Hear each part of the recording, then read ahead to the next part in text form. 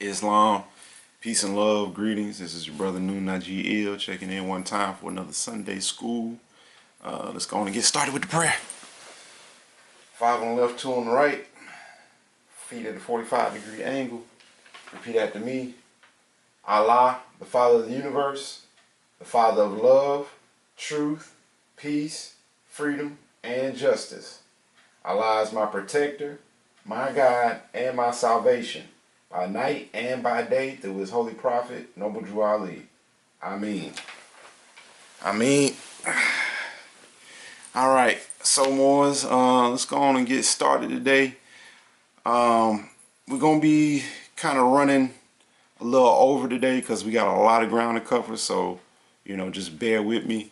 But in general, I want to get started with something very, very important. I know we sometimes forget to do it, but I want to make sure that we hit it today. Islam. All right, so this is from the letter that's by the prophet. So this is from the divine warning by the prophet. Noble Drew Ali's prophet warns all Muslims, governors, ordered to read proclamation at each meeting. Right? I hereby inform all members that they must end all radical agitating speeches while at work, in their homes, or on the streets. We offer peace and not destruction. Stop flashing your cards at Europeans. It causes confusion. Remember, your card is for your salvation. Failure to obey these orders will be of severe consequence. We are for love, truth, peace, freedom, and justice. And when these principles are violated, we are for love, truth, peace, freedom, and justice. When these principles are violated, justice must then take its course. Pardon me. Any member or group of members who hold malicious feelings toward the temple or the prophet, or violate the divine covenant of the Moorish movement, will receive their reward from Allah for their unjust deeds. All true Moors will and must obey the law as laid down to them by their prophet. If they lose confidence in their prophet, they should turn in their card and button, cease wearing their turban and fez, and return to the state where I, the prophet, found you. This is a holy and divine movement founded by the prophet Noble Drew Ali. And if the prophet is not right, the temple is not right. The prophet therefore is sending out the divine plea to all Moorish Americans that they do their part in protecting their prophet and the temple. This is an everlasting movement founded by the prophet through the will of Allah to redeem his people from their sinful ways, by order of Prophet Noble Drew Ali. All right. And just in that same spirit or that same line of thinking, we've also got the general laws as said by the prophet. And this was handed down or given down Tuesday, October 17th, 1928. And it says, and I quote, "Every temple and head is to function by words, deeds, and actions imitating the prophet, especially when teaching a group of Moors, any group of Moors. These are the general laws. The supreme laws will be handed to you later. The heads of all temples are to submit a report monthly of all finance, period, of all finance. The head of all temples are to refrain from all wrathful words, profanity in the mildest form, from all the members of his or her temple.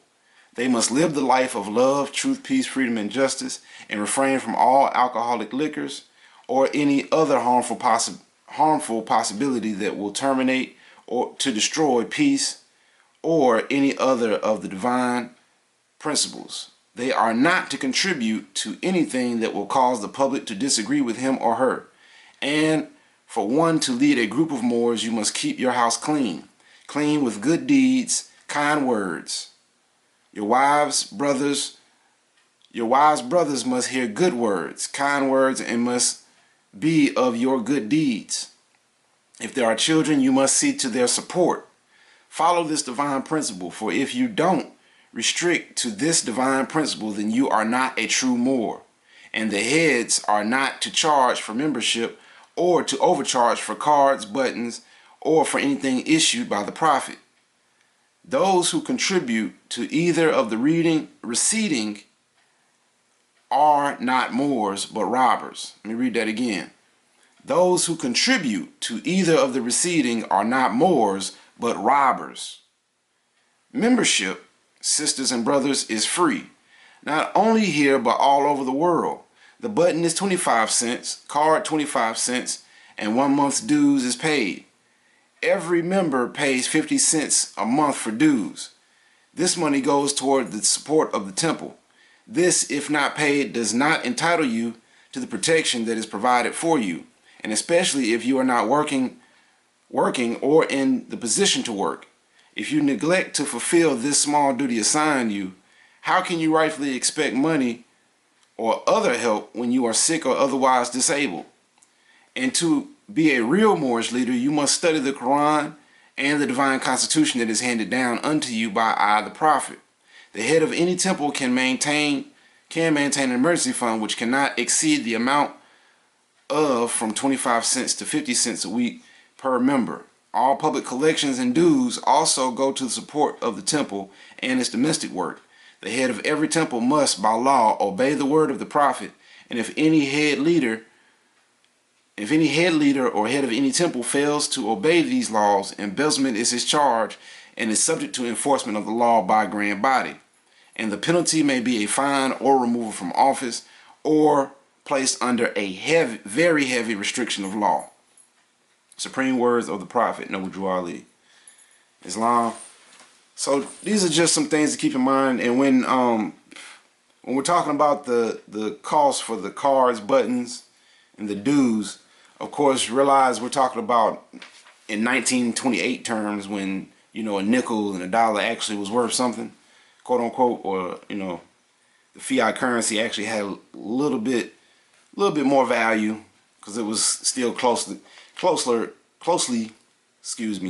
pegged to the gold standard, which is no longer associated with, and kind of why you're seeing all this other stuff going on in the background. If you haven't been noticing the Bitcoin boom that's been happening in the background, and since they've opened up the markets, there's been this flood of purchasing but no real sellers for the digital currency known as Bitcoin. But that was the letter to be read at every meeting, as well as the additional laws from the Prophet, or the general laws as said by the Prophet rather.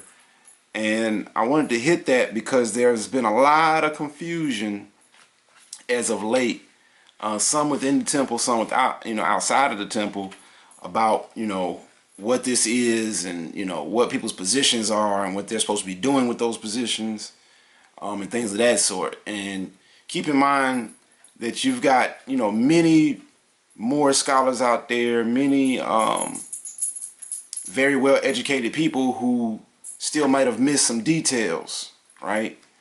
But we're gonna try to do the best we can to, clear those things up and, get all the wrinkles ironed out as best we can.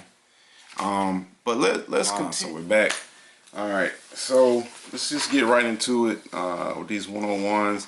And today I'm gonna do them out of order a little bit, in hopes that in doing it backwards that maybe it'll sink in a little bit better.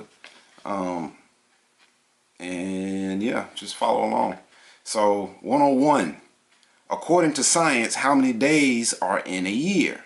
Answer: 7 days. 100. How many days are in creation? 7 days. How many days are in a circle? 7 days. 98. What is Elohim sometimes called? The 7 eyes of Allah. 97. Who is Elohim? Elohim is the 7 creative spirits that created everything that ever was, is, and evermore to be. 96. Who made the devil? Elohim is the answer. 95. Is the devil made in the image and likeness of Allah? Answer: no. He is a shadow of our lower selves and will pass away. 94. To whom do we refer to at times as being, quote, the great God? Answer: Allah. 93. Will you define the word white? Answer: white means purity, purity means God, and God means the ruler of the land. 92. What title does Satan give himself? Answer: God. 91. Why? because man is made in the image and after the likeness of God, Allah. 90. Can a man be a Negro, black, colored, or Ethiopian? Answer, no. 89. What does Ethiopia mean? Answer, Ethiopia means something divided. 88. What does the word colored mean? Answer, colored means anything that has been painted, stained, varnished, or dyed. 87. What is meant by the word black? Answer, black according to science means death. 86. What is meant by the word Negro? Answer, Negro is a name given to a river in West Africa by the Moors because it contains black water. 85. Name some of the marks that were put upon the Moors of Northwest by the European nations in 1774. Answer, Negro, black, colored, and Ethiopian. Alright. Mind you, let me back up. When we talk about the names of the marks that were placed upon the Moors by the European nations in 1774, it's talking about those tags and brands or labels that the prophet was talking about when he said, we cling to those things that delude to slavery, right?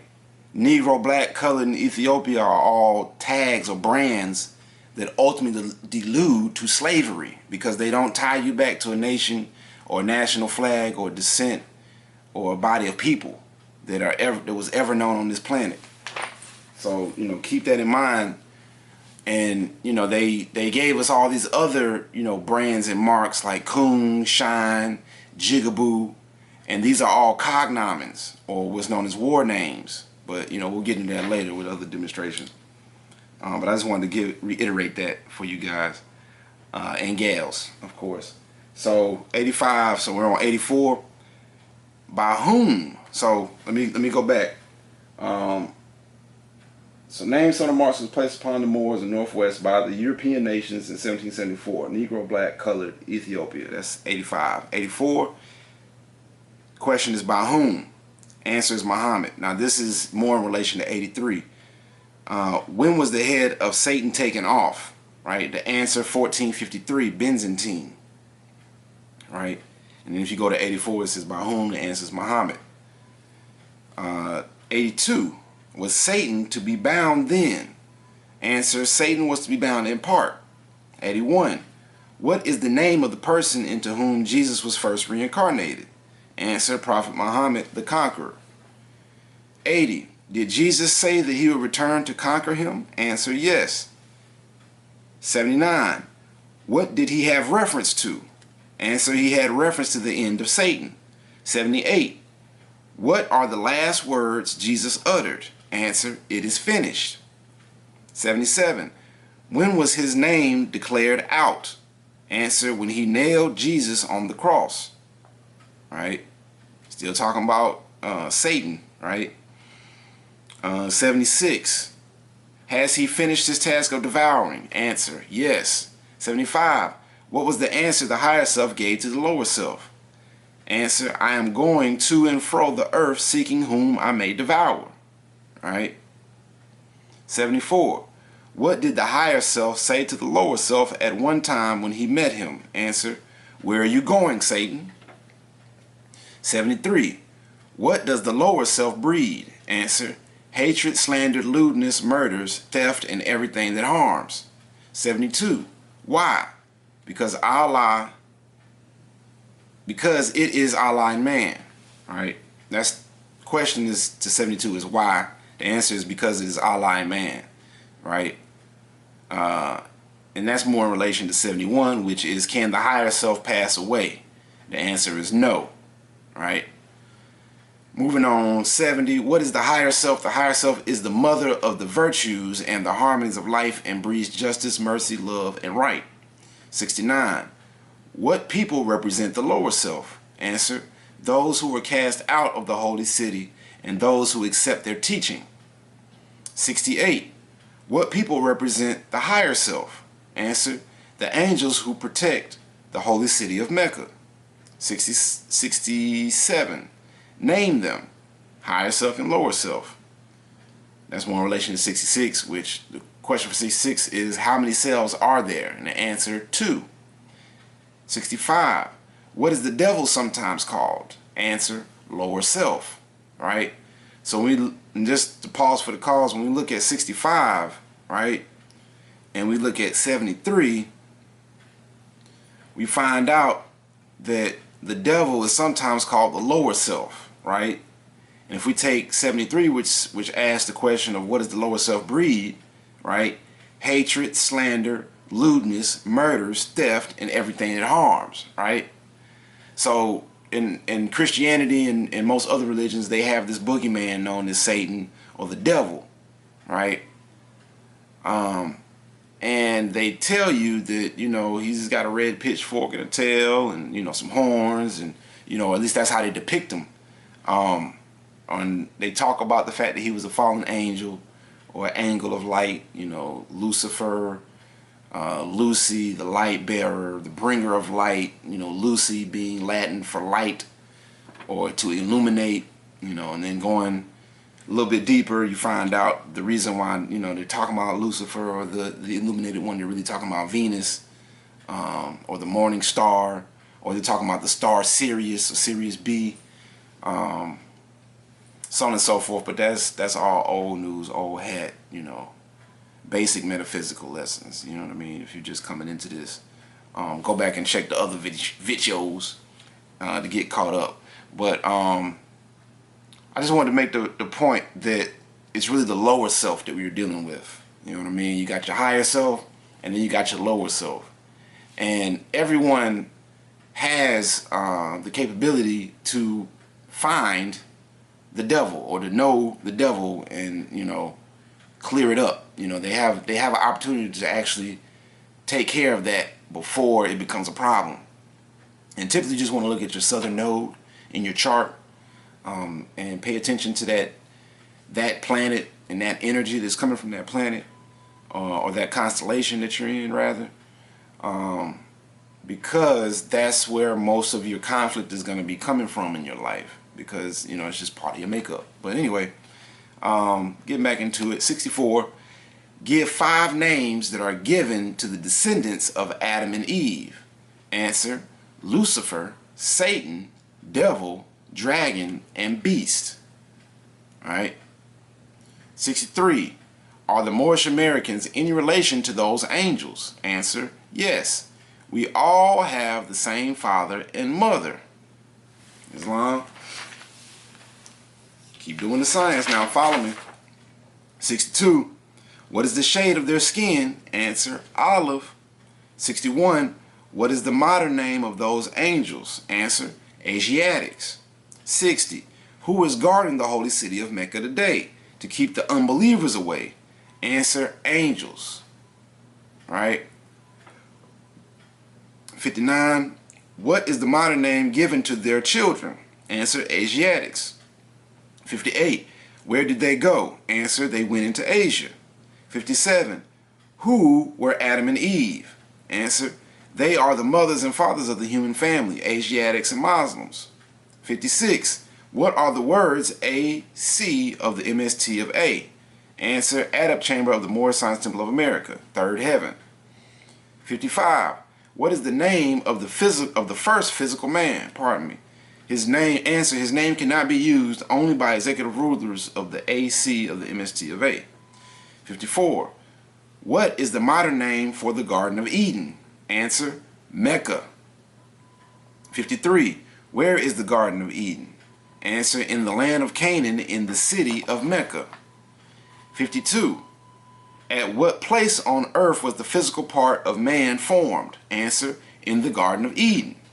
51, what have you to say about the holy breath? Answer, all I can say is it is great, it is good, it was, it is, and evermore to be. Amen. Islam. And we'll pick back up on that in a second, but I want to touch on some other stuff for you guys. Hold on one second. I wanted to get into a little bit of this Executive Order 11490, or King Alfred Plan as it's commonly known, or Rex 84, depending on how you want to look it up. But here on page 40, it talks about something that's very interesting, and I think that a lot of people are possibly struggling with. And if they were more aware of things, you know, going on in the background, they might not be as easily influenced as they have been in the past. But we're really, suffering from this issue, with the advent of all the fake news, and then now with the new issue of net neutrality, which is going to increase cost and cause a whole bunch of issues for people who have not, as of late, been studying. And if you've been ignoring, these demonstrations, if you've been, thinking it is a game, or taking Moors and what we've been saying as a joke, you're soon about to find out, or if you haven't already seen, you're going to see some amplification of things going on, and because right now we're in a period of, hyper acceleration of everything. And it's caused, of course, by the activity of the Moors and, you viewers at home, changing your mind and actually, making different moves and standing on this thing called nationality and birthrights. And, as Moors send out their writs and as people wake up, and as Europeans come to realize that the farm got sold a long time ago, and that they're the ones who are going to have to foot the bill, you're going to see a lot of people taking on water. And that's just to try to get out the way of, what's coming down the pipeline, so to speak. But let's get right into it, and we'll cover some other things to try to, get you up to speed. So, coming from page 40, just to show y'all the cover. All right. Introducing the economic amplifiers, right? Economic amplifiers are the active components of economic engineering. The basic characteristic of any amplifier, mechanical, electrical, or economic, is that it receives an input control signal and delivers energy from an independent energy source to a specified output terminal in a predictable relationship to that input control signal. The simplest form of an economic amplifier is a device called advertising. If a person is spoken to by a TV advertiser as if he were a 12-year-old, then, due to suggestibility, he will, with a certain probability, respond or react to that suggestion with the uncritical response of a 12-year-old, and will reach into his economic reservoir and deliver its energy to buy that product on impulse when he passes it in the store. An economic amplifier may have several inputs and outputs. Its response might be instantaneous or delayed. Its circuit symbol might be a rotary switch if its options are exclusive, qualitative, go or no-go, or it might have its parametric input-output relationship specified by a matrix with internal energy sources represented. Whatever its form might be, its purpose is to govern the flow of energy from a source to an output sink in direct relationship to an input control signal. For this reason, it is called an active circuit element or component. Economic amplifiers fall into classes called strategies, and in comparison with electronic amplifiers, the specific internal functions of an economic amplifier are called logistical instead of electrical. Therefore, economic amplifiers not only, quote, deliver power gain, but also in effect are used to cause changes in the economic circuitry. In the design of an economic amplifier, we must have some idea of at least five functions, which are 1. The available input signals, right? 2. The desired output control objectives. 3. The strategic objective. 4. The available economic power sources. And 5. The logistical options, right? The process of defining and evaluating these factors and incorporating the economic amplifier into an economic system has been popularly called game theory. The design of an economic amplifier begins with a specification of the power level of the output, which can range from personal to national. The second condition is accuracy of response, i.e., how accurately the output action is a function of the input commands. High gain combined with strong feedback helps to deliver the required precision. All right, let me read that again. High gain combined with strong feedback helps to deliver the required precision. most of the error will be in the input data signal. Personal input data tends to be specific with national input data, while national input data tends to be statistical. All right. So when we're talking about big data, when we're talking about Bitcoin, right, in the blockchain, when we're talking about the stock market, all of these things, and especially when you're talking about like Bitcoin, you know, and it tells you right there in the white, it was known as the white paper, or Satoshi Nakamoto white paper, that it's based off of game theory. That's one of the principles that the whole program is based off of, right? You are going to see, right, when you add in advertising, right, and you notice if you've been paying attention to YouTube in the past couple of months, they've been promoting all this Bitcoin stuff and all these trading exchanges, right? And as you've been seeing that, the price has been jumping, you know, up. Long story short, as people get on to this Bitcoin thing, they're going from cash to cashless. All right? As people go from cash to cashless, they now are able to take that fiat currency that was not worth anything out of circulation, right? And now they've got a whole new contract and a whole new tax pool based on these quote-unquote Bitcoin traders, right, or investors.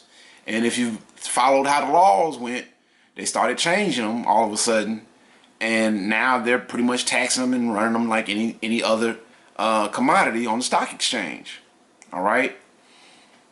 Keep in mind too that the CIA in North Korea have been doing some things in the background to, you know, hack into people's Bitcoins accounts, because they couldn't directly hack the system, but they're hacking into people's accounts, go figure, to steal the fiat and further, you know, keep the war machines well oiled and running.